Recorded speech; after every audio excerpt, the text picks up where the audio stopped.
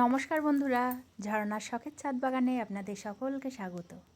এই দেখুন, নতুন বেডে যে আমি শশা গাছ লাগিয়েছিলাম, শশা গাছটা কিন্তু একদম মাচা দেওয়ার সময় এসে গেছে, আর একেবারেই দেরি করা যাবে না। তো আজকে ভাবছি মাচাটা দিয়েই ফেলি।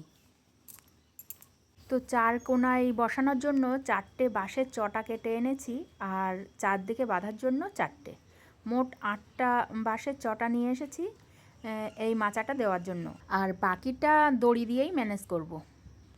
তো চারদিকে 4টে বসানো হয়ে গেছে বাঁশের চটাগুলো, আর এবার বেঁধে নিলাম। দুদিকে দুটো প্রথমে বেঁধে নিচ্ছি, তারপরে আর দু সাইডে দুটো বেঁধে নেব। এভাবেই ছোট্ট করে একটা মাচা দেব। এমনিতেই শশা গাছের মাচা কিন্তু খুব একটা বেশি বড় লাগে না। বড় লাগে লাউ গাছের মাচা, তারপরে কুমড়ো গাছের মাচা, এগুলো জন্য অনেক বড় মাচা দরকার হয়। আর এই দেখুন, দড়ি দিয়ে চারিদিকে খুব সুন্দর করে মাচাটা দিয়ে নিয়েছি। এবার লাঠি দিয়ে দিয়ে এই শশা গাছগুলো সব তুলে দেব। আমার এই ছোট্ট মাচাটা কেমন হয়েছে আপনারা কিন্তু কমেন্টে জানাবেন। আমার কিন্তু মাচাটা করার পরে খুব ভালো লাগছে দেখতে। এই দেখুন, খুব সুন্দর লাগছে। আর এই মাচার ওপরে যখন শশা গাছগুলো উঠে শশাগুলো ঝুলে ঝুলে থাকবে, কি দারুণ লাগবে বলুন তো দেখতে। গাছটা মাচার ওপরে ওঠার আগেই আমি অনেক কিছু স্বপ্ন দেখে ফেলছি। এটাই হলো সমস্যা আমার। ঠিক এই রকমই আমার কিন্তু আর একটা শশা গাছ হয়েছিল। শশা গাছটা চারিদিকে লতিয়ে খুব সুন্দর হয়েছিল। তো শশা গাছটা এমনিতেই শুকিয়ে গেল, কি জানি কিসের জন্য।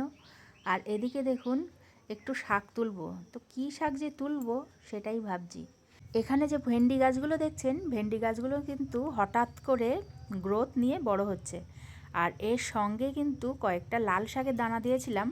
লাল শাকের দানাগুলো সব ভেন্ডি গাছের নিচে পড়ে গেছে, আর ভেন্ডি গাছগুলো বেশ বড় বড় হয়ে গেছে ওপরে। এই ভেতরে যে ছোট ছোট লাল শাকগুলো, এগুলো কিন্তু আর বড় হবে না। ভেন্ডি গাছগুলো ওদেরকে আর বড় হতেই দেবে না, তার কারণ ওরা আর মাথা তুলে দাঁড়াতেই পারবে না ভেন্ডি গাছের সঙ্গে। তো ভাবছি লাল শাকগুলো এমনিতেই এই ভেন্ডি গাছের নিচে নষ্ট হয়ে যাবে, তো আজকে লাল শাকগুলোই তুলি, তারপরে অন্য দিন অন্য শাক তোলা যাবে। তো এখান থেকে ভেন্ডি গাছের নিচে যে লাল শাকগুলো আছে সবগুলোই তুলে নেব একসঙ্গে পরিষ্কার করে, তার কারণ এগুলো রেখে আর লাভ নেই, এরা আর বড় হতে পারবে না। ব্যাস এটুকুই হলো ভেন্ডি গাছের নিচের লাল শাকগুলো। তো এগুলোই আমার এই পদ্মপুকুর থেকে ধুয়ে নিলাম পরিষ্কার করে।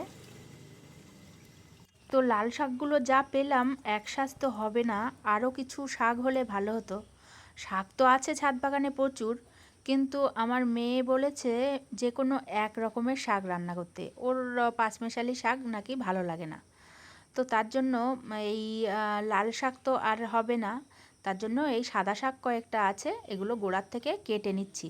তাহলে আবার এখান থেকে আবার ডগা বেরিয়ে আবারও এখান থেকে কিছু শাক পাওয়া যাবে। তো এখানে দুটো পেলাম, এগুলো দিয়েই হয়ে যাবে। শাকগুলো তো তুলে নিলাম, এবার দেখি আর কি কি সবজি ছাদ বাগান থেকে পাওয়া যায়। কিছু সবজিও হারভেস্ট করব আজকে। এখানে চলে এলাম লঙ্কা নিতে, বেশ কয়েকটা লঙ্কা এখান থেকে তুলে নেব।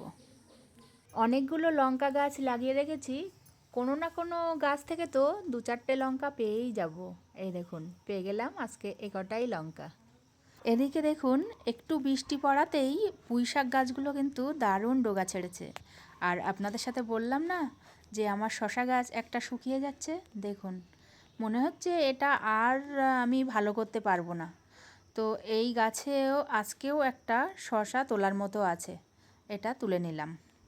শশা গাছটা দেখে কিন্তু খুব মায়া লাগছে, তো ভাবছি গাছটা তুলেই ফেলবো। যত চোখের সামনে থাকবে ততই খারাপ লাগবে।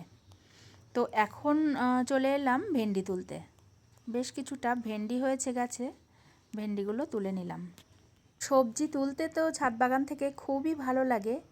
এখন কিন্তু ছাদ বাগানে খুব একটা বেশি কাজ নেই, তার কারণ বর্ষা চলে এসেছে। বর্ষার মধ্যে ছাদ বাগানের শুধু কাজ হলো ঘাস পরিষ্কার করা। এখন গাছেদের খাবারও তেমন দেওয়া লাগবে না, জলও দেওয়া লাগবে না, এখন শুধু গাছের গোড়াটা পরিষ্কার রাখা কাজ। প্রচণ্ড ঘাস হয় এই বর্ষার সময়, তো গাছগুলোকে মাঝে মাঝে একটু গোড়াটা পরিষ্কার করে দিতে হবে। আজকে কিন্তু বেশ অনেকগুলো ভেন্ডি পেয়ে গেলাম। প্রতিদিন 4-5টা করে ভেন্ডি পাই, আজকে কিন্তু অনেকগুলোই পেলাম ভেন্ডি। এতদিন তো এই কটা গাছ থেকেই পাচ্ছিলাম, এখন নতুন ছাদে আরও কয়েকটা গাছ রেডি হয়ে গেছে, ওখান থেকেও কিন্তু বেশ ভালোই মানে ভেন্ডি পাবো। আর এখানে একটা লঙ্কা লাল হয়েছিল, এটাও তুলে নিলাম। এদিকে দেখুন ভুট্টা গাছগুলোর দারুণ ভুট্টা হয়েছে, প্রত্যেকটা গাছেই কিন্তু ভুট্টা হয়েছে। তো এখন ভুট্টাগুলো তোলার মতো হয়নি, আরও বেশ কিছুদিন থাকবে, তারপরে ভুট্টাগুলো তোলা যাবে। তো আজকে আমার হারভেস্টিং এটুকুই, 4 রকমের সবজি আমি হারভেস্ট করলাম।